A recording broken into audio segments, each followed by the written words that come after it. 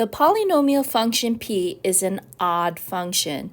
If p of 3 is -4, is a relative maximum of p, which of the following statements of p of -3 must be true? Okay, so first of all, let's go ahead and understand that this part, when they mention a odd function, an odd function is symmetric at the origin. Okay, so what does it mean to be symmetric at the origin? So this is something you learned in geometry. So this would represent your pre-image, your original figure, x comma y, and it would be the change in the sign for x and the change in the sign for y. This is just a side note. All right, let's go back to the graph. So let's go ahead and sketch this situation. So P of 3 means when x is 3, the y value would be -4. 1, 2, 3, 4. So once again, when the x was 3, that means the y value would be -4. That's what P of 3 -4 means. Now here it said it was a maximum. Obviously, I don't know what the full picture looks like, but just so I understand that this one was a relative maximum.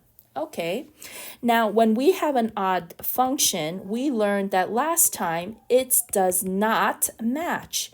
And everything is based off of our end behavior, right? Based on whatever the leading coefficient was, just a side note.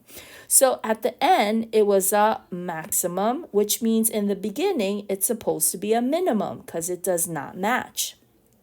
So I know over here it would not match and it will be a minimum. So here they said P of -3. So that means you want to figure out the y value when x is -3.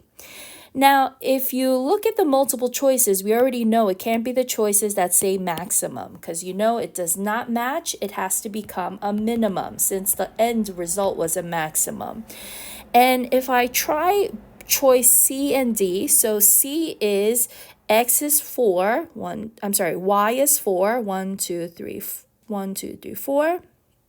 And so if this was a minimum, then it would look something like this. And remember, this is not the full graph. There's something that's going on in between, but we really don't care what's going on between. We just care about the beginning and the end. And then choice D says it is